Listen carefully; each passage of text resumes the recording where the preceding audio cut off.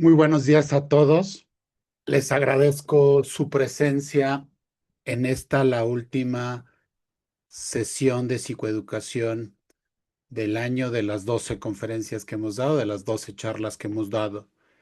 El día de hoy es muy importante porque estaremos abordando uno de los temas en los que más duda hay, uno de los temas que muchas veces se minimiza y que es dentro de los trastornos mentales aquel que más impacto genera en la salud de las personas, tanto en México como a nivel mundial. El día de hoy vamos a hablar de ansiedad. ¿Qué es la ansiedad? ¿Por qué los seres humanos desarrollamos ansiedad? ¿Qué impacto tiene? ¿Cómo se manifiesta? Y esto es muy importante porque si lo vemos de forma global, anteriormente la prevalencia de la ansiedad a nivel mundial era de 4,2%. ¿Qué quiere decir? Que de 100 personas, solamente 4 o 5 personas vivían o manifestaban ansiedad en algún momento de su vida. Poco a poco, conforme la información, conforme las imágenes, conforme los estímulos han afectado el desarrollo del ser humano, de estas 4 personas que generaban ansiedad, en los últimos en los últimos 10 años incrementó a 14. De 100 personas, 14 empezaron a desarrollar trastornos de ansiedad. Nos empezamos a hacer la pregunta, ¿qué era lo que estaba sucediendo? ¿Era la dieta? ¿Tenía algo que ver con los alimentos procesados, con los hiperprocesados, con las hormonas en la comida? ¿Tiene que ver con los contaminantes? ¿Es de origen genético? ¿Tiene que ver con el celular, con las redes sociales, con los juegos violentos? ¿Tiene que ver con las crisis económicas? ¿Hay algo en el cuerpo de las personas, en la forma en la que se relaciona, en los índices de violencia? Y poco a poco, después de la pandemia, de estas 14 personas que desarrollaban trastornos de ansiedad, se elevó a más del 32%. ¿Qué quiere decir? De 100 personas durante y posterior a la pandemia, 30 de ellas desarrollaban trastornos de ansiedad. En alguna de las variables que poco a poco vamos a ir explorando el próximo año, que puede ser trastorno de ansiedad generalizada, ataques de pánico, trastorno de estrés postraumático y una serie de fobias, fobia social, fobias específicas y una serie de trastornos que fueron predominando en la población mexicana sobre todo. Dentro de esto, los trastornos de ansiedad es la principal causa de enfermedad mental en los niños y los adolescentes. En México, en el grupo de edad de entre 5 y 17 años, tenemos hasta 8 de cada 100 niños tienen en algún momento de su vida un trastorno de ansiedad. Por eso es fundamental conocer. Muchas veces creemos que la ansiedad es una preocupación. Llega alguien diciendo estoy muy ansioso. No, no te preocupes, todo te está saliendo bien. No tienes de qué preocuparte. Tu vida es un privilegio. O déjalo pasar, vamos a salir, vamos a distraernos y vas a ver que te vas a dejar de angustiar. Eh, en realidad, la ansiedad solamente está en nuestra mente. La ansiedad, la angustia, solamente es un pensamiento que se puede controlar. Controla tu mente y controlarás todo lo demás. Una preocupación se considera ansiedad. ¿Por qué la mayor parte de las patologías. Lo hemos escuchado en cualquier campaña de salud pública, podemos escuchar que el estrés es causa de cáncer, el estrés es causa de infartos agudos al miocardio, el estrés es causa de diabetes, de obesidad, el estrés, el estrés, el estrés. ¿Qué tiene que ver? El estrés es igual a ansiedad. Es una ansiedad más grandota, es una ansiedad, la angustia es una ansiedad chiquita, el nerviosismo, es claro que lleguen, es muy común que lleguen con el médico general y le digan, doctor, estoy nervioso, no se preocupe, siéntese, le voy a poner unas vitaminas, complejo B para los nervios. En realidad, la ansiedad, el nerviosismo, tiene que ver con las fallas en nuestra dieta, en las vitaminas, tiene algo que ver con el complejo B, tiene que ver con los ciclos lunares, con nuestro horóscopo, con las redes sociales. La ansiedad en este momento se considera el principal problema de salud pública por debajo de eh, por debajo de las enfermedades crónico-degenerativas. Hay evidencia científica, estadística, que conforme el ser humano se siente más solo, conforme el ser humano se siente más aislado de los demás, están incrementando estos padecimientos con la carga física de enfermedades médico-generales que esto conlleva. Los trastornos de ansiedad son uno de los principales factores de riesgo para desarrollar trastornos relacionados con el consumo de sustancias psicoactivas. ¿Qué está pasando? ¿Qué sucede? ¿Qué es lo que sucede en nuestro cerebro, en nuestro cuerpo, que nos lleva a tener estos padecimientos y que se vuelvan crónicos e indetectables? Desgraciadamente, por la falta de entendimiento, alguien puede llegar con un ataque de pánico, con todas las manifestaciones de que se está infartando, de que algo muy malo le va a suceder, de que algo malo está pasando en su cuerpo, llega al servicio de urgencias, le toman signos vitales, electrocardiograma, laboratorios, termina la valoración y le dicen, usted no tiene nada. No existe nada más frustrante para aquellas personas que están viviendo un ataque de pánico, que tienen manifestaciones gastrointestinales, que tienen una taquicardia espantosa, sudan, sienten una franca sensación de que se van a volver locos, de que quieren salir corriendo. Incluso se ha descrito como una sensación de muerte, siento que me estoy muriendo, para que lleguen al servicio de urgencia y le digan, usted no tiene nada. ¿Por qué estas manifestaciones no alteran los signos vitales? ¿Por qué algo tan grave y tan profundo que puede generar un malestar crítico no sale en los laboratorios? ¿Por qué no existen marcadores biológicos claros de algo que genera manifestaciones tan intensas? Y por eso vamos a dar un vistazo rápido de qué es la ansiedad y cómo se desarrolló en base a la evolución de los seres humanos. Los seres humanos, cuando tocamos la Tierra, teníamos una clara desventaja para sobrevivir a condiciones del medio ambiente, a condiciones de los depredadores, a condiciones de escasez. Entonces nuestro cuerpo se fue adaptando, fue generando adaptaciones a partir de las cuales reacciones fisiológicas duplicaran la fuerza, duplicaran la velocidad, duplicaran la capacidad de percibir aquello que es peligroso de aquello de lo que no es.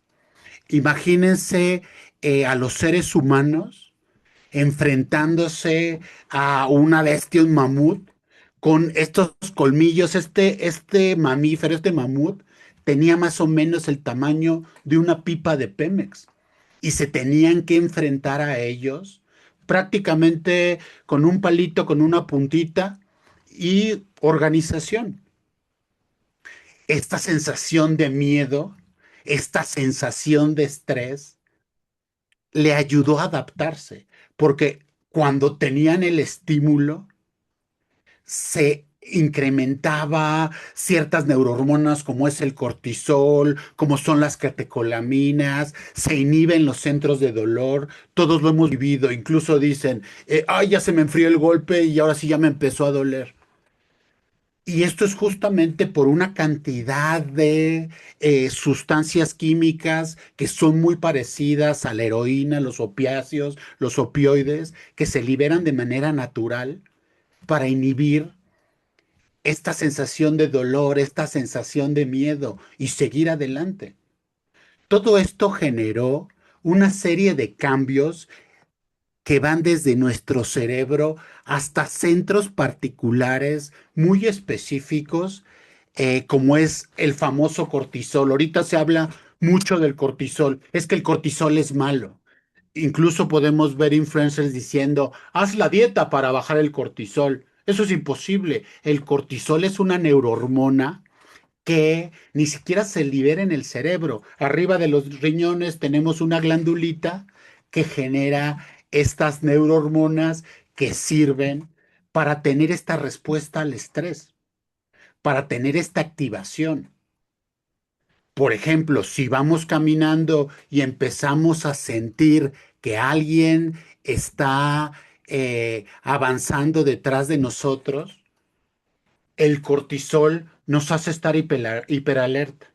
Sentimos, muchas veces sin escucharlo, sentimos que alguien nos está viendo, sentimos que alguien nos está persiguiendo. Y entonces nos ponemos alerta. Incluso la mayor parte de ustedes puede afirmar que puede entrar a un lugar y decir, ah, caray, ese me vio raro, ay, el ambiente está bien pesado. Y se activa la sensación de ponte alerta, existe un riesgo. Esto es en base a todos estos mecanismos donde se identifica un estresor y el cuerpo reacciona, porque se tiene que preparar o para salir corriendo, o para pelear, o someterse. Estas tres respuestas están inscritas en nuestro funcionamiento neurológico y tenemos un andamiaje que tiene que ver con los músculos, que tiene que ver con el corazón, tiene que ver con la piel, con los riñones, con el abdomen, con los intestinos, que nos hacen prepararnos para cualquiera de estos riesgos potenciales. A esto se le conoce como estrés. El estrés es aquella respuesta general del organismo, general, frente a un estímulo que ser interpretado como peligroso o francamente peligroso. Y aquí les voy a poner un ejemplo.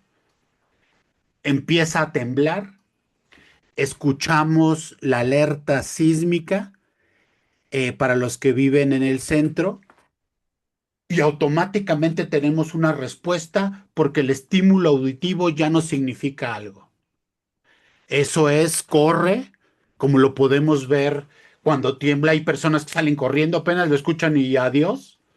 Otras personas se paralizan y unas terceras personas toman el liderazgo y empiezan a guiar a todos para que se pongan en resguardo.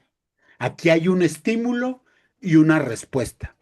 El estímulo realmente es peligroso. Es como si viésemos, desgraciadamente en México cada vez es más común que veamos a gente armada, ya sea de un bando o de otro, y la respuesta de estrés también se activa, porque ahí está el estímulo y sabemos qué significa ese estímulo. Sin embargo, aquello que se interpreta como de riesgo también genera esta respuesta. Por ejemplo, cuando en una organización laboral empieza a correr el rumor de que va a haber despidos, Esta sensación, este incremento del estrés también empieza a generar esta respuesta. Pero frente a este tipo de estímulos, pues no podemos salir corriendo. Cuando tu jefe llega y te grita, o cuando ves en tu estado de cuenta que cada vez hay menos cero, en realidad esto no pone en riesgo tu vida. Sin embargo, la interpretación del estímulo es: no voy a tener para pagar las cuentas, voy a quedar a deber, si me despiden, entonces, ¿qué va a pasar? Ta. Entonces, ahí el estímulo no es tan claro como ver un hombre armado, como escuchar la alerta sísmica, pero surge de la interpretación de ciertos factores que significan algo. Esto es muy importante porque el cerebro no distingue entre las amenazas reales y las amenazas imaginarias. Los estresores vitales. ¿Qué son los estresores vitales? Es una serie de eventos que suceden en la vida que activan esta cascada de forma crítica. Por ejemplo, uno de los principales estresores generalizados para los seres humanos es perder un hijo. La pérdida de un hijo está catalogada como lo peor que le puede suceder a un ser humano. Posteriormente está la pérdida de los padres, el divorcio, y así se van catalogando. Incluso está descrito que las mudanzas, los cambios de trabajo, son estresores que en este momento pueden activar estas respuestas. El ser humano responde ante lo real o lo imaginario de una forma eh, muy intensa para salvaguardar su vida. Como podemos ver, lo vamos a ver rápidamente, existen respuestas mediadas que van desde lo cognitivo, la memoria y el aprendizaje. Eh, Cuando estoy en riesgo, ¿qué tiene que hacer? No corras, no empujes, no grites. Eso es un aprendizaje. Se ha repetido tanto en las escuelas que frente a una amenaza, por ejemplo, en los estados del norte, pecho tierra, bajen la cabeza, no se muevan. Ahí un aprendizaje se obtiene, se saca, imagínense que se saca rápidamente del archivo para poder resolver esta situación que nos está generando este miedo, este terror. Disminuye la inmunidad, disminuye la capacidad inflamatoria y es por lo que les comentaba. El cuerpo se prepara para recibir una lesión y las lesiones se infectan. Entonces tiene que bajar ciertas respuestas inflamatorias, incrementan otras respuestas inmunitarias, se disminuye en gran medida toda esta respuesta para después, durante la batalla, durante la pelea, pues no te puede doler. O sea, no te puedes quedar engarrotado, no se te puede contraer un músculo. Hay personas que en situaciones de estrés huyen incluso hasta con fracturas, con tal de salvar su vida. Y posteriormente, ¿cómo fuiste capaz de llegar con la fractura de cadera? Pues no, no sé. El estrés tiene esta facultad. Las respuestas fisiológicas es un incremento brutal de la energía, se quema mucha glucosa, incrementa la frecuencia cardíaca, la frecuencia respiratoria, los factores de coagulación están preparados para tapar cualquier herida, incrementa el flujo sanguíneo y esta frase de, lo vamos a ver más adelante, empiezan a haber manifestaciones gastrointestinales con una serie de respuestas conductuales. Agachamos siempre. Las personas ansiosas regularmente están enjutas o están así como muy contraídas, que es esta postura baja para evitar los ataques, están hipervigilantes, se cae una cuchara y voltean, están muy, muy asustadizos. Todo esto tiene una función, que es responder a un estresor. Y quiero subrayar, el cerebro no distingue entre un depredador, entre un tigre dientes de sable y el recuerdo de mi padre gritándome.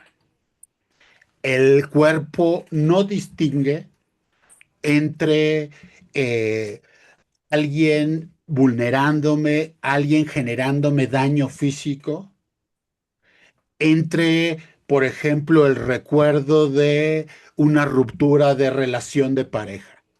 El cerebro no lo distingue. El cerebro reacciona porque para eso está diseñado. Y entonces, ¿cómo, cómo se genera esta manifestación? Que era lo que les preguntaba al principio. La ansiedad es solamente un pensamiento que se puede controlar con el poder de la mente.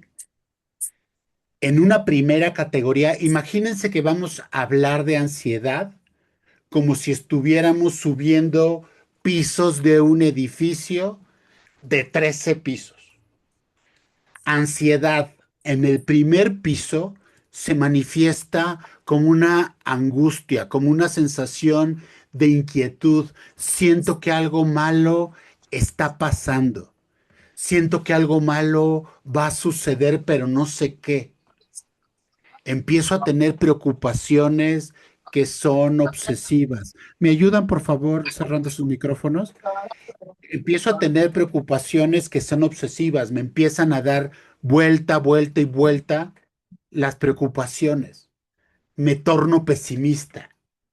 Y esto tiene una función. El cerebro se torna pesimista porque empieza a valorar todo aquello que en su aprendizaje o en la fantasía puede salir mal. Empiezan los qué tal si, qué tal si, qué tal si. Una persona con un humor ansioso para cada solución te va a plantear un problema. Se tornan aprensivos, quieren controlarlo todo. Llévate esto, aquello, y entonces eh, prepara este informe por si, y entonces, y si pasa aquello, entonces vamos a prepararnos para esto. Tienen respuestas para la mayor parte de los problemas imaginarios que están viviendo como realidad. Alguien ansioso se angustia, por ejemplo, de una sobremanera antes de una cita de trabajo. Está muy preocupado, no puede dejar de pensar en que mañana tengo que ir, mañana tengo que ir, mañana tengo que ir. Y este humor ansioso también se manifiesta con irritabilidad y esto o agresividad. Y esto es muy importante saber distinguirlo. Irritabilidad, por ejemplo, es cuando estás en tu oficina, alguien llega y te dice, hola, muy buenos días. Y le respondes, ¿qué tienen de buenos? ¿Tú por qué siempre estás sonriendo? Ahí no hay estímulo, porque pues, la persona te está saludando amablemente y tú reaccionas de una manera disociada, enojándote, como si te hubieran agredido, porque estás en un estado mental donde todo es agresión y donde todo es negativo.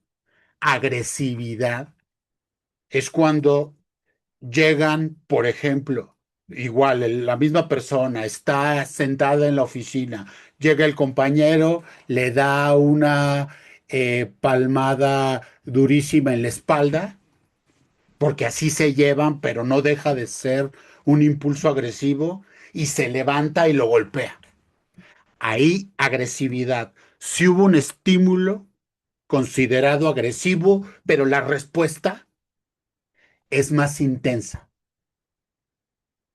En este primer piso están las emociones de las que hablamos la sesión pasada y que pueden checar en el canal de YouTube. El primer piso solamente se refiere a las situaciones mentales. Vamos a subir al segundo piso. La tensión, la sensación de estar tenso. Es una sensación, la sensación de que me fatigo con mucha facilidad. O sea, apenas son, ¿qué horas son, compadre? No, pues apenas ha pasado 2 horas. Yo estoy cansado, yo me siento tan fatigado como si yo hubiera corrido toda la jornada. Bueno, ok, tómate un descanso. Y entonces las personas tienen una imposibilidad para relajarse. No es que no me puedo relajar porque hay que hacer esto, hay que hacer lo otro, pero como me siento fatigado, no lo estoy haciendo. Es aquí donde las personas están tan tensas que les empiezan a dar ganas de llorar, porque se sienten muy angustiadas y lloran. Incluso pueden empezar a tener una grave dificultad de poderse quedar en un lugar. Y esto lo podemos ver hasta en el transporte público. A que todos van tranquilos y hay una persona que está mueve y mueve las manos, mueve y mueve los pies, se cambia de un lado, se cambia del otro, se acomoda. Incluso hay alguien que dice, ay, ya estate quieto. O aquellas personas que están en una junta y empiezan a hacerle así con la pluma. Se empieza a desesperar a todos, se empieza a desconcentrar a todos, y esto es algo muy importante, porque en toda la gama de trastornos mentales, la ansiedad es el único trastorno mental que se contagia. Tú puedes estar junto a alguien que está psicótico, que ve cosas que los demás no ven, escucha cosas que los demás no escuchan, que tiene una conducta desorganizada. Inicialmente te va a dar miedo, va a decir, ah, caray, pero te aseguro que después de 2, 3 horas, hasta va a estar platicando con él. Ay, sí, cuéntame, y entonces, los drones, y cuéntame, porque eso nunca se contagia. Sin embargo, siéntate junto a alguien que no puede dejar de moverse, que no puede dejar de hacer ruido. ¡Ay, ya! Me estás poniendo nervioso. Estate quieto. Porque la ansiedad se contagia entre los seres humanos. Cuando alguien está experimentando una respuesta intensa, el otro reacciona de, ah, caray, pues ¿qué está viendo este que yo no estoy viendo? ¿Qué está sintiendo este que yo debería de estar sintiendo? Y esto empezó a surgir de las comunidades primitivas, donde los seres humanos se quedaban dormidos, de repente se levantaba uno y todos los demás se sobresaltaban y resulta que entonces sí venía un depredador listo a comerse. Por eso la ansiedad se contagia, porque es una respuesta de los grupos humanos para preservarse. Después vienen las fobias. Las fobias es parte, estamos en el tercer piso. El tercer piso de la ansiedad se puede manifestar con fobias. La gente le empieza a tener miedo a la oscuridad, miedo a la gente desconocida, al tráfico, a las aglomeraciones, a lugares abiertos, que es agorafobia, a lugares cerrados como los aviones, como los elevadores. Empiezan a tener esa sensación de que no pueden huir animales grandes, animales pequeños, insectos, incluso a multitudes.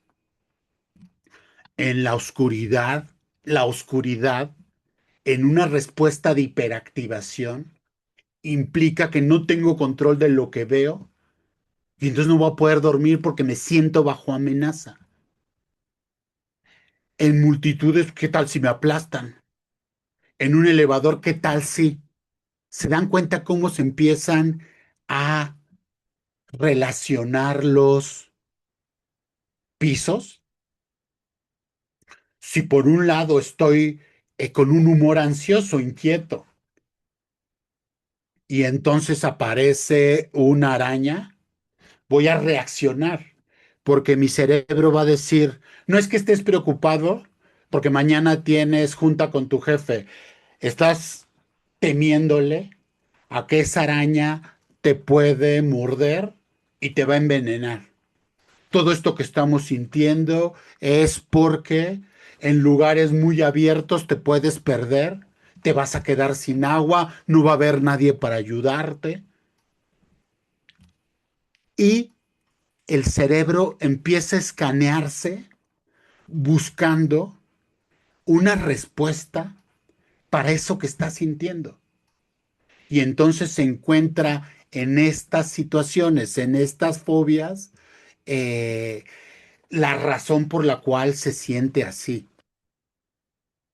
Pasamos al cuarto piso, alteraciones del sueño, que son muy distintas a las alteraciones del sueño que vimos el mes pasado en depresión.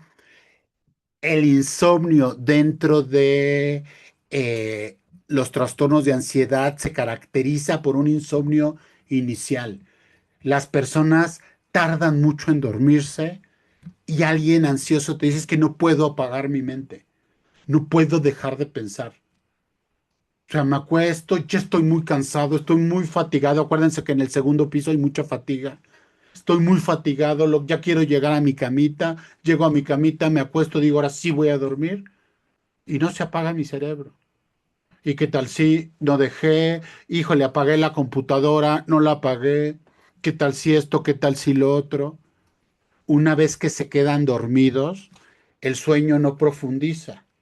Empiezan a tener constantes despertares.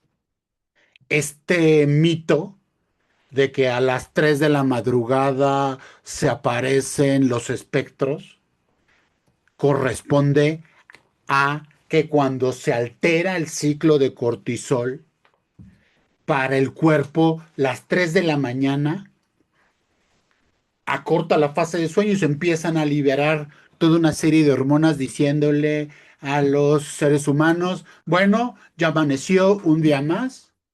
Oye, me dormí 2 horas y me estuve despertando. No, las hormonas ya dicen, no, ya levántate.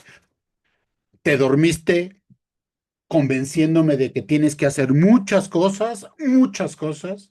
Te dormiste preocupándote con pensamientos obsesivos. Te dormiste con mucha aprensión. Me preparaste a los riñones, preparaste a todos los centros neurohormonales para levantarnos temprano, que tengas más tiempo y entonces puedas sacar todos tus pendientes. El cerebro responde a un estímulo y se prepara para madrugar. Él no sabe que no has dormido en una semana. Él te levanta temprano porque si no te levantas temprano, no vas a sobrevivir. Y entonces todo se vuelve a tornar crítico. Entre menos duermo, peor me siento. Y se hace un ciclo vicioso. Al final, las personas por cansancio duermen 3, 4 horas después de 5 días de insomnio. ¿Y qué creen? Cuando logran poca profundidad o una profundidad adecuada, empiezan a tener pesadillas, pero pesadillas muy vívidas. Después pueden tener terrores nocturnos, que es las personas se levantan llorando, gritando, en un estado de automatismo. O sea, de forma automática se levantan a tratar de hacer cosas, es que dejé esto, no están conscientes, es una especie de sonambulismo, pero sufren, gritan o hablan dormidos. Estas tres manifestaciones nos hablan de estados ansiosos muy intensos. Vámonos al quinto piso. El quinto piso nos habla de las funciones intelectuales. Estoy con pensamientos obsesivos, ya empiezo a tener miedos, estoy teniendo miedo a todo, no duermo bien y entonces disminuye la capacidad de atención, de concentración, de memoria, porque estas neurohormonas, estos mediadores inflamatorios, todo lo que vimos en la segunda diapositiva, tiene un efecto directo sobre el cerebro y lo daña.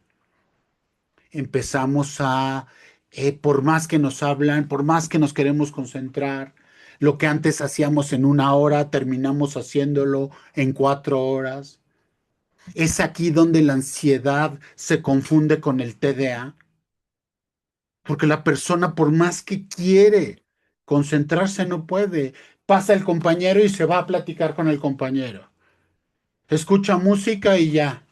O dice, ahora sí me voy a concentrar, empieza a leer y ya está pensando en otra cosa.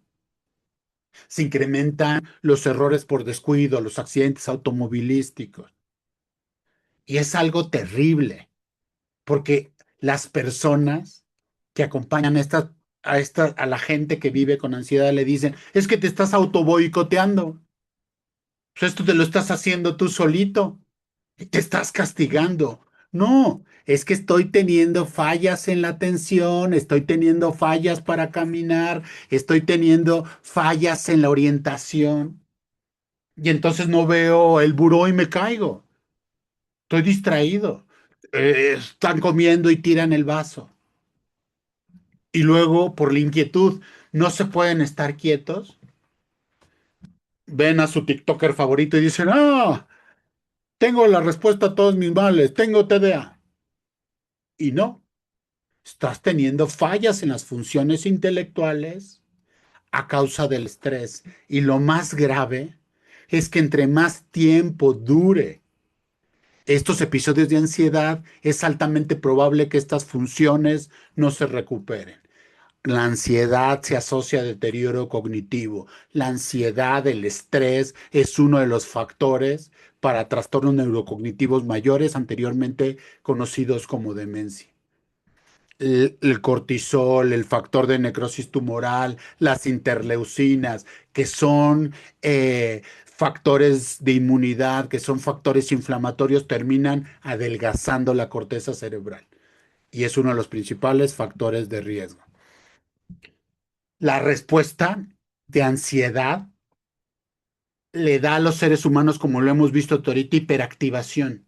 Les da para arriba, para arriba, para arriba, para arriba, para arriba. Y entonces aparece una respuesta biológica conocida como depresión que les dice, a ver, ya te me calmas. O te deprimo o si te vas a infartar. O te deprimo o si vas a perder la razón. O te deprimo o te vas a inmunosuprimir y nos vamos a infectar.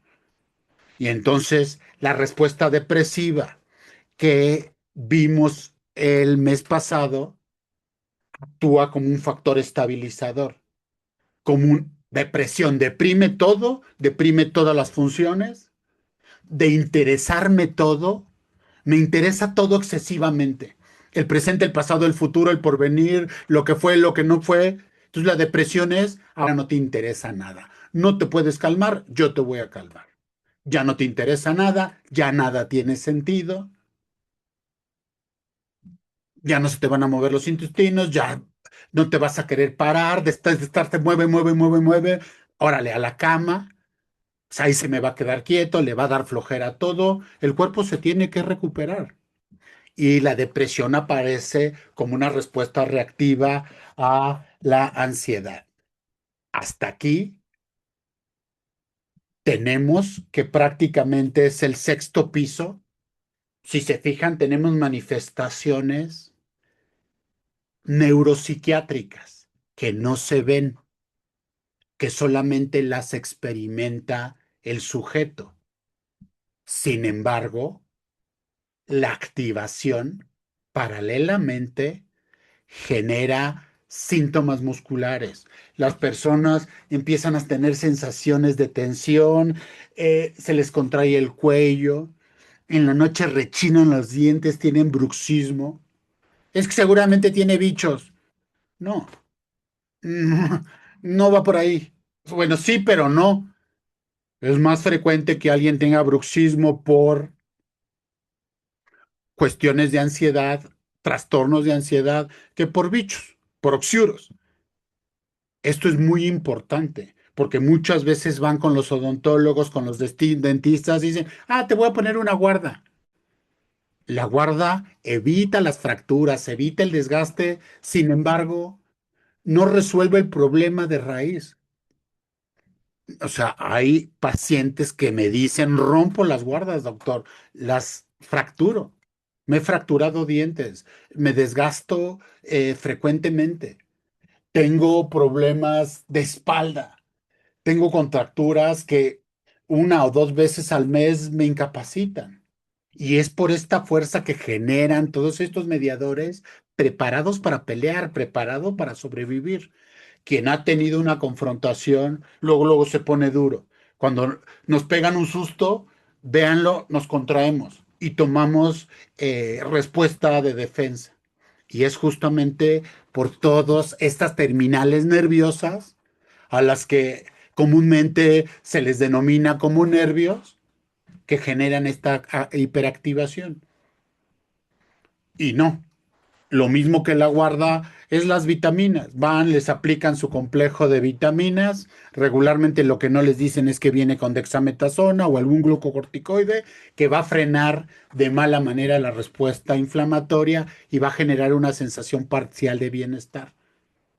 Pero que al final la dexametasona va a aventar el cortisol para arriba. Me inyecto dexametasona, ya me siento bien. 3 doritos después, incrementan y empeoran todos los síntomas de ansiedad. Y esto es muy importante empezarlo a observar. Nos quedamos en el eh, séptimo piso. Vamos a pasar al octavo piso. Bueno, aquí esto es para hablarles de, es el tejido muscular normal. Aquí ya tenemos una contractura, aquí hay una serie de nervios, una serie de vasos sanguíneos que generan mucho dolor. Los síntomas somáticos generales, zumbido de oídos, visión borrosa, sofocos, escalofríos, una sensación de debilidad. O sea, voy caminando y de repente es como si me quitaran la batería o como si tuviera un hoyo en medio del cuerpo donde el aire siento que me atraviesa, que soy como un papelito que se lo puede llevar el viento. Sensación de hormigueos también son muy comunes en la ansiedad. Empieza a hormiguear la mitad de la cara y las personas luego piensan, me está dando un infarto cerebral, me va a dar parálisis cerebral, perdón, parálisis facial. Corren al servicio de urgencias y como les comentaba, llegan y les dice el médico general, usted no tiene nada. Oiga, pero me están zumbando los oídos. Su presión es normal. Pero en serio siento que la boca se me va chueca, porque es como si se durmiera, como cuando dejamos, vamos en la carretera, en un lugar con mucha gente, se nos duerme el pie, que hasta nos duele cuando pisamos, nos hormiguea, sentimos descargas. Así las personas con ansiedad sienten de repente la mitad de la cara. Es que siento horrible, sentía que no podía mover la cara, me empecé a engarrotar. Usted tiene una crisis conversiva. Es por su histeria. Anda muy histérico. Váyase, relájese, tómeselo con calma. Pues, o sea, sí, pero ¿de dónde compro la calma, doctor? Tómese la vida más relajada. ¿Y eso cómo se tramita? ¿O paso a farmacia? Y es lo duro. Usted no tiene nada, usted está bien. Usted es un hombre y una mujer muy sana. Y podemos darnos cuenta que se afectan todos los 5 sentidos. La comida empieza a dejar de saber, empiezo a tener pues, visión borrosa o veo que hay halos alrededor de las personas o se me nubla la vista o empiezo a ver las cosas que se alejan, que se alejan, que se alejan o de repente que se acercan, que se acercan, que se acercan y así es un vídeo de oídos y así empieza a haber manifestaciones en todos los sentidos. El cuerpo pareciera que se está volviendo loco. El cuerpo pareciera que está respondiendo a cosas que no existen. Y voy y me dicen que estoy bien, me estoy volviendo loco. Y empieza a retroalimentarse, las personas se angustian y sigue.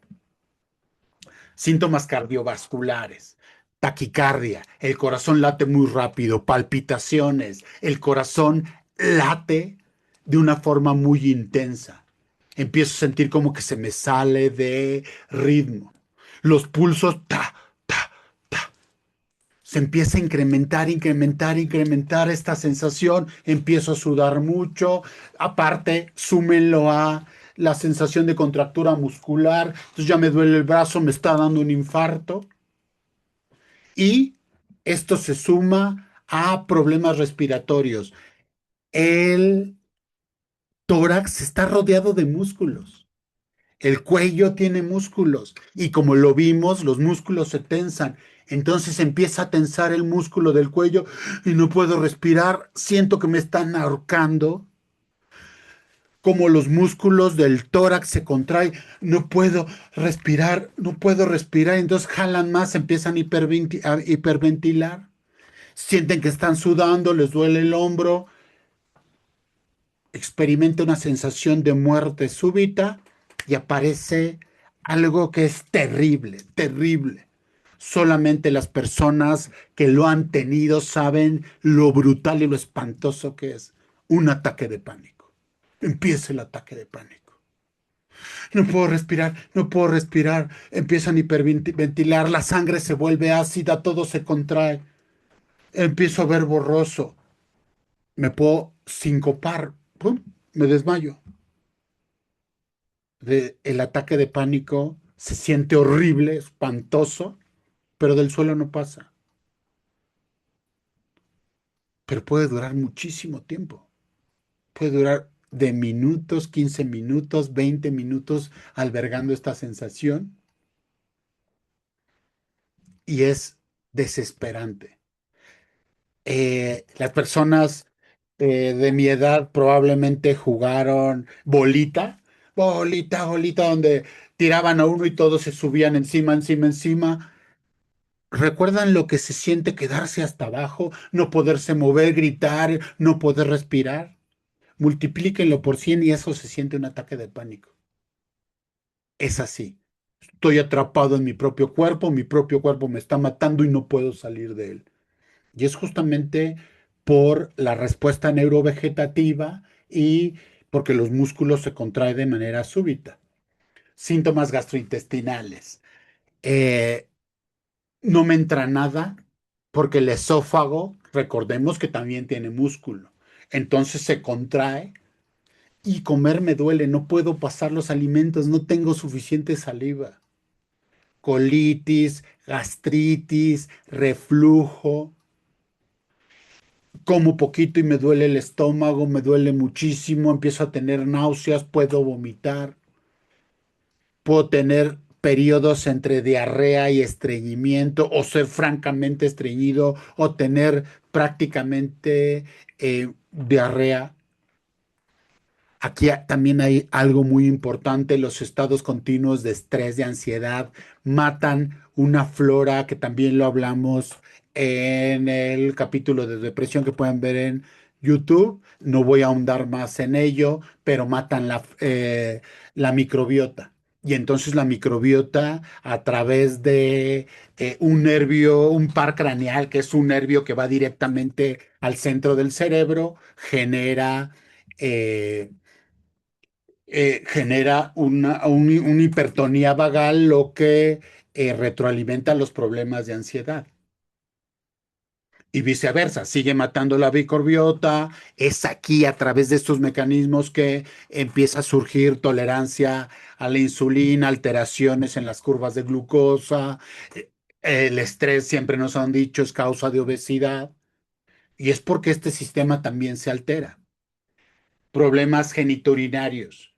Eh, es esta sensación cuando estamos esperando algo, un examen, una respuesta, donde coloquialmente la gente dice, me estoy orinando de miedo, me estoy miando de miedo, que es una opresión vesical, es también por efecto del estrés sobre la vejiga.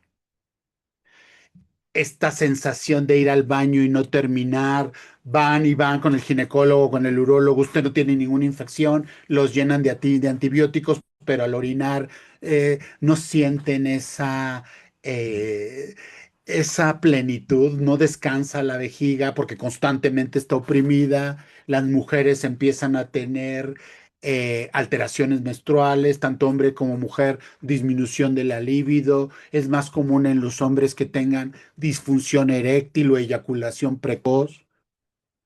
Todo esto puede incluso llegar a desórdenes hormonales tanto en el hombre como en la mujer. Y es también por esta influencia que tienen las terminales nerviosas sobre todos estos órganos. Recuerden, lo vimos también en depresión, el sistema nervioso central es todo aquello que está rodeado de huesos, el sistema nervioso periférico neurovegetativo es aquel que son los nervios, pa' pronto. Y el sistema nervioso controla, es el sistema maestro del organismo, controla hormonas, músculos, todo. Todo nuestro cuerpo está cableado. Entonces, si empieza a haber una disfunción desde el centro, va a haber manifestaciones que no integran ninguna enfermedad. Sabes que usted tiene alteraciones menstruales, ya le hicieron ultrasonido, ya le hicieron perfiles hormonales, es que usted no tiene nada. Es estrés. Ándele, váyase a su casa. Ah, no, pues sí, qué bien. ¿Y luego eso qué? ¿Eso cómo se cura o qué? Ay, relájese, tómese la vida más tranquila. Días soleados y sonrisa, que era lo que les comentaba. Aquí ya nos empieza a dar tanto el sistema simpático como parasimpático, esta sequedad de boca, esta palidez constante, esta falta de salivación. Recuerden que vimos también en el capítulo de depresión que los pulmones también tienen microbiota, entonces la microbiota se altera, empiezan a tener infecciones respiratorias cada vez más frecuentes, toda la dispepsia, gastritis, colitis, el estrés también es causa de enfermedad hepática, por ejemplo, la esteatosis hepática o hígado graso, empieza a haber cefaleas, migrañas, de repente se pone la carne de gallina y es ahí donde prácticamente el cuerpo se sale de control. Esta primera aproximación a la comprensión de ansiedad nos da la posibilidad de entender que el que una enfermedad sea molecular, el que un trastorno sea molecular y no saque ronchas, no quiere decir que las personas que viven con estos trastornos no tengan nada. Aquí las fallas no están en un solo neurotransmisor. Es que te hace falta serotonina. O los vendehumos. Es que te hace falta litio. Con ashwagandha te vas a sentir bien. No, es una respuesta generalizada a una función normal. No puede haber personas sin ansiedad. Si alguien no tiene ansiedad, no puede generar la respuesta de miedo y la primera vez que cruce la calle lo van a apachurrar. La ansiedad es una función que nos sirve a los seres humanos para cuando se cae algo, escuchamos que algo se va a caer y nos movemos. Imagínense ir por la calle, escuchar que un carro se frena y no voltear. Te puedes lesionar. O estar frente a una serpiente coralillo y decir, ay, qué bonito bichito y acariciarlo. La ansiedad no se puede quitar, es una respuesta normal, por eso nos tiene un solo marcador. Sea, hay personas con el cortisol normal que tienen estados de ansiedad gravísimos. Hay personas que tienen fallas críticas en la microbiota, que tienen dispepsia, que curiosamente el reflujo gastroesofágico se asocia mucho a ataques de pánico, a trastornos de ansiedad. Hay gente con problemas tiroideos que tienen trastornos de ansiedad. Hay personas que tienen tumores en las glándulas suprarrenales que tienen graves problemas de ansiedad. No todo, este es el gran mito de la ansiedad, no toda la ansiedad se trata con antidepresivos, ni toda la ansiedad se trata con psicoterapia y muchas veces tienen que ir al internista, al endocrinólogo, a biología de la reproducción y trabajar en conjunto, porque la ansiedad es un problema, como lo pudimos ver, de 13 pisos. Hay 13 pisos. Si tomamos un solo piso, pues no nos dice nada. Por eso de repente van con el gastro y es, ya les hicieron endoscopía, ya les hicieron colonoscopía, les hicieron cultivos, les hicieron hasta les midieron la kriptonita y al final no integra nada, no tiene nada. Hay que sumar estos 13 pisos para saber dónde se están dando las manifestaciones y no hay un solo tratamiento para los trastornos de ansiedad. Hay tratamientos interdisciplinarios. No todo se cura con vitaminas, pero son muy importantes. No todo se cura con antidepresivos, con toda la serie de antidepresivos, no nada más hay uno, pero no es todo lo importante. No todo se cura con ejercicio, pero pues hay que hacer ejercicio. No todo se cura con buen sueño, y es aquí donde en un entendimiento de lo que estamos enfrentando nos da la posibilidad de saber que hay cambios de estilo de vida, que hay que tratar. Otro ejemplo, las personas con incremento en el colesterol y el incremento en los triglicéridos siempre van a estar ansiosas, aunque no tengan factores externos, porque el colesterol al incrementar la densidad de eh, el líquido de la sangre genera mayor gasto cardíaco y activa una serie de receptores que hacen que el individuo tenga que activarse para quemar toda esa grasa. Si no quemo la grasa, pues, se me van a tapar las arterias y me voy a morir. Entonces, a ver, muévete aunque no tengas que moverte, piensa aunque no tengas que pensar. Tenemos que bajar esa grasa.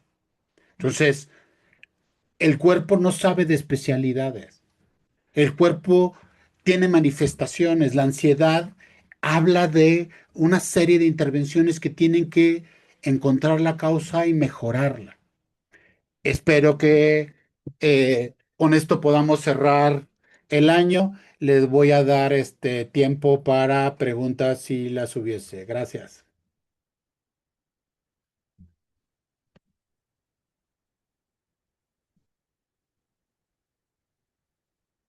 Esta plática está siendo grabada para redes sociales. Eh, si no quieren que salga su rostro, pueden hacerla por eh, mensaje o si no tienen mayor problema, pueden activar su cámara y estoy para responderles sus dudas. Por favor, Fundación Quinta San José, su pregunta. Los niveles de los que nos platicó, el primero para que pueda existir Pueden, el segundo. perdón, ¿pueden hablar un poquito más alto porque casi no se les escucha ni se les entiende? Discúlpeme, ¿me entiende ahí? Perfecto. Claro, los 13 niveles de los que nos habló son escalonados, es decir, para que exista el segundo tiene que existir el primero sí o se pueden presentar sin alguna prelación. Eh, Excelente pregunta. Para hacer didáctica esta plática, yo me basé en un instrumento que se llama la escala de Hamilton para la ansiedad. La escala de Hamilton para la ansiedad divide por sistemas las manifestaciones de ansiedad. Pero tu pregunta es muy puntual porque efectivamente no va escalonado. Yo lo hablé así de forma para que fuera más didáctico, pero no. Puedes tener colitis y preocupación y una fobia, o tener desde chico una fobia que no se te quitó. No, es atípico. La presentación de la ansiedad no sigue un orden, a excepción de que cuando ya es muy intensa, aparece la depresión. Eso se llama la historia natural de la enfermedad. Ese es el curso de la enfermedad. La ansiedad, según esta escala, se divide en leve, moderada, severa, grave y muy grave. Cuando estamos entre moderada y severa, la respuesta depresiva abate al ser humano para proteger la funcionalidad del corazón, del cerebro, y entra como en un estado de emergencia. ¿La que sigue? La que sigue, ¿la terapia conductual ayuda a la ansiedad? Sí, ¿a qué tipo de ansiedad? Nos tendríamos que preguntar a qué tipo de ansiedad y en qué manifestaciones. ¿Por qué? Si la ansiedad se debe a hipertiroidismo, por ejemplo, por mucha terapia que tomes, pues tu tiroides no piensa, responde. La terapia cognitivo-conductual funciona en aquellos casos donde el diagnóstico es claro de una ansiedad primaria. Sí, perdón, primaria. ¿Qué quiere decir una ansiedad primaria? Que no tiene una causa subyacente, que no se debe a una patología que la está generando. Por ejemplo, el trastorno de estrés postraumático. Anteriormente se consideraba un trastorno de ansiedad, hoy ya tiene su apartado, un apartado distinto en el DSM-5, pero el trastorno de estrés postraumático se origina a partir de un evento altamente traumático para el individuo, presenciar una muerte, el acoso laboral, eh, situaciones donde el individuo de forma real o imaginaria siente que está a punto de perder su vida. Eso genera un cambio radical en el funcionamiento del sistema nervioso central, en particular de un área del cerebro que se llama amígdala, la hace altamente sensible, y la terapia cognitivo-conductual es la terapia de elección para este tipo de trastornos. ¿Por qué te respondo así? Porque necesitamos tener claro que no estamos hablando de ansiedad, sino de las ansiedades, trastornos relacionados con ansiedad. La ansiedad es un síndrome. No lo voy a decir de una manera más sencilla. La ansiedad es un síntoma, la ansiedad es la punta del iceberg. Si no se tiene un diagnóstico profundo, la terapia no sirve para todos los tipos de ansiedad. El mindfulness ha dado muy buenos resultados para ansiedades primarias, por ejemplo. La terapia racional emotiva, terapia de compromiso. Pero hay que evaluar muchísimas cosas para indicar algún tipo de terapia. Me explico, es como si tuvieras una infección, no te hago un cultivo, no sé a qué bicho me estoy enfrentando y te doy ampicilina, vamos a empezar con ampicilina y después de ahí vamos probando. No, va a ser poco eficiente. Y tenemos que tener muy claro que en México los recursos para atender la salud mental y cualquier enfermedad no son ilimitados. Entonces, una buena historia clínica, una excelente evaluación incrementa la eficiencia y disminuye el tiempo de sufrimiento. ¿La que sigue? Una duda, ¿qué tan cierto es que la dieta keto apoya el control de la ansiedad y depresión? Todo lo contrario, todo lo contrario.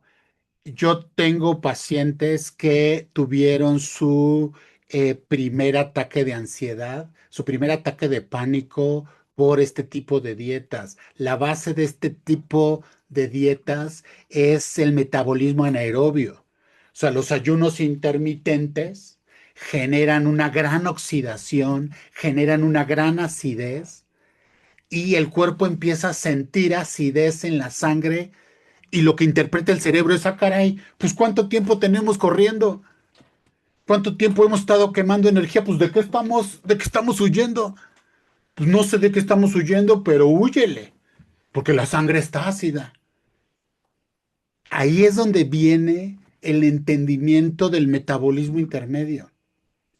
Lo que ha funcionado y se ha repetido en análisis estadísticos muy sólidos es la dieta mediterránea, nos guste o no, porque a los latinos no nos gusta mucho. La dieta mediterránea y retirar procesados e hiperprocesados que tienen altas cargas inflamatorias es lo que ha dado buenos resultados en el manejo de la ansiedad. Generar metabolismo intermedio, anaeróbico. Las personas que tienen ansiedad, como les comentaba, pierden el apetito. O sea, o les disminuye o lo pierden, hacen anorexias o hacen hiporexias, comen muy poquito o de plano no comen. Y esto retroalimenta, los ayunos prolongados generan ansiedad.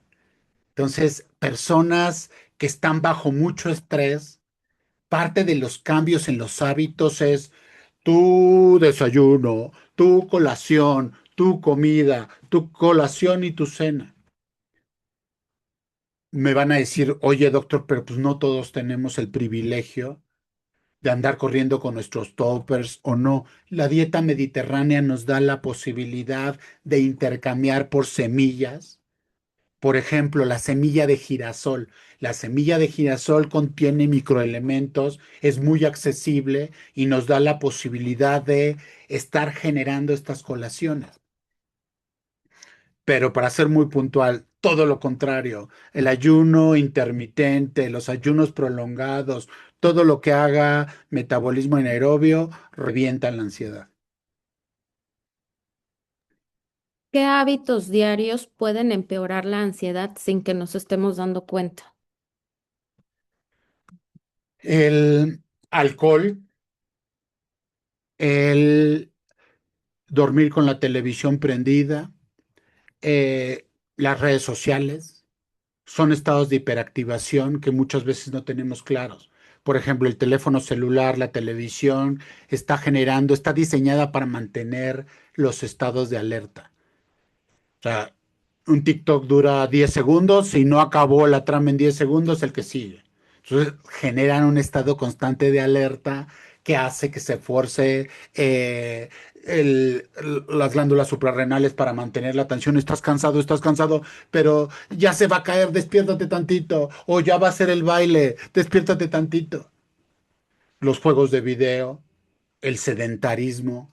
El sedentarismo es terrible. ¿Por qué?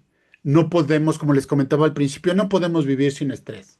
No podemos, incluso si nos aislamos, la soledad es una de las principales causas también de ansiedad. La soledad genera mucha ansiedad. Eso fue lo que empezó a detonar estos trastornos durante la pandemia. Entonces, es muy importante tener claro, por ejemplo, que la conectividad social ayuda a eh, modular el estrés. Grupos de pertenencia donde no sea necesariamente llegar a beber, grupos de baile, comunidades religiosas, comunidades deportivas, comunidades donde se juntan a hacer macramé. Diversión. Diversión es parte del descanso, no divertirse o lo que se nos da mucho a los latinos. Tengo que dormir tengo que descansar para trabajar, cuando debe de ser al revés. Trabajas para poder descansar. Es que no siempre se puede, estoy totalmente claro. Pero estos hábitos de conectividad social, de buenas relaciones familiares, de relaciones con los vecinos, son muy importantes. Eh, el refresco, por ejemplo, los hábitos cotidianos, la dieta latina, donde las harinas son hiperprocesados, donde los azúcares son hiperprocesados. Esto genera graves cargas inflamatorias que matan la microbiota.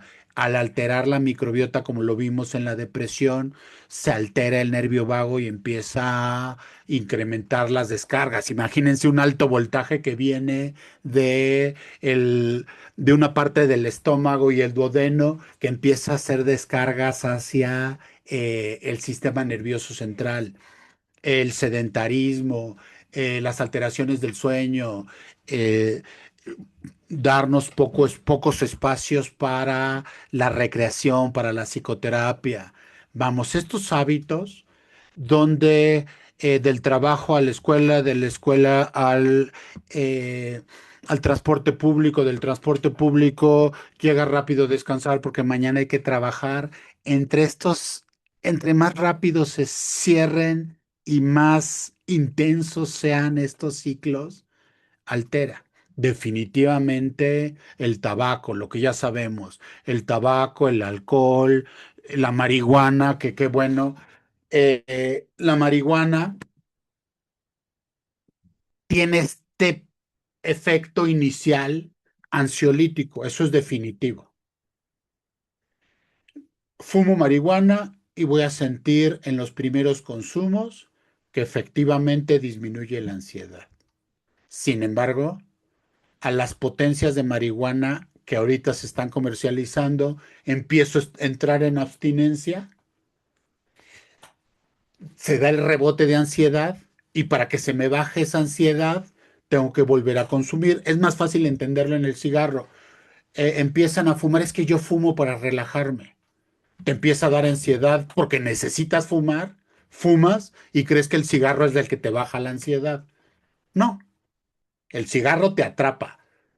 Empiezas fumando para bajar la ansiedad, el cigarro te atrapa, va a controlar tu ansiedad, me das nicotina o te aviento la ansiedad hacia arriba.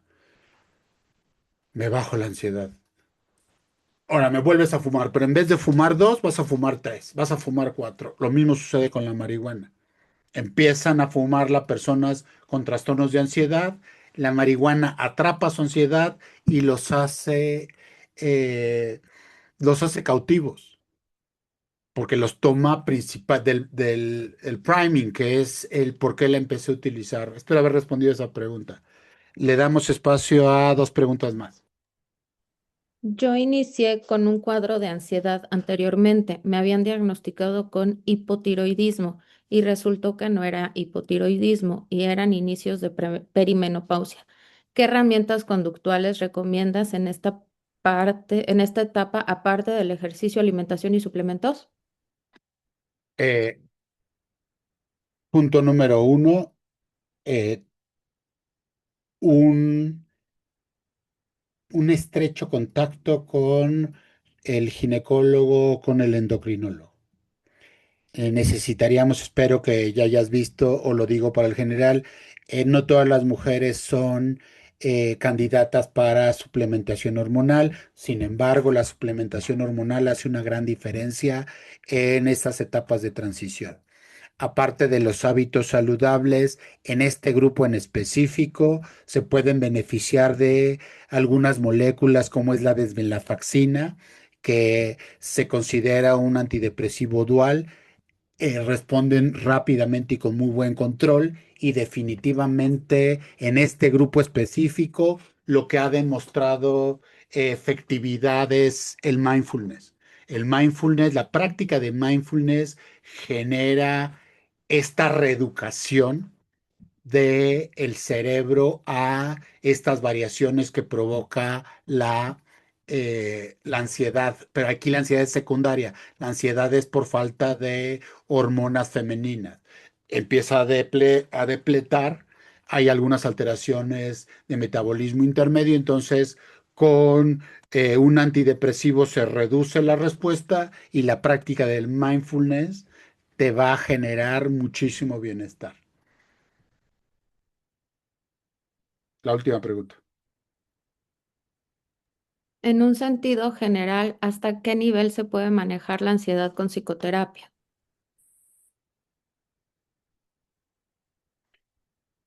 A ver, es muy importante que exista esta escala que les platicaba. Esta plática la basé en la escala de ansiedad de Hamilton.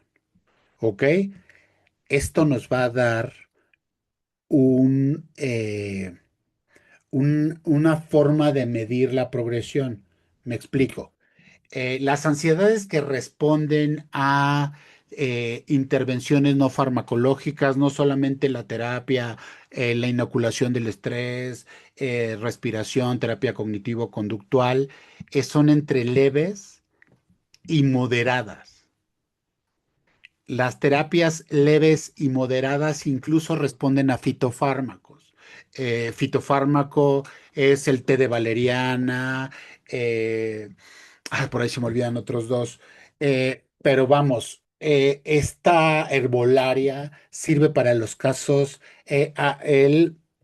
la hierba de San Juan, Huipericum perforatum, es una hierba que se utiliza como agua de día y tiene efectos entre antioxidantes y para el control de la ansiedad muy buenos, muy, muy buenos. Genera cuando ya está lista, las personas generan un tinte amarillento de la piel, no se preocupen, se ponen al sol y se les quita, no es nada grave. Es el pigmento de la planta, hierba de San Juan.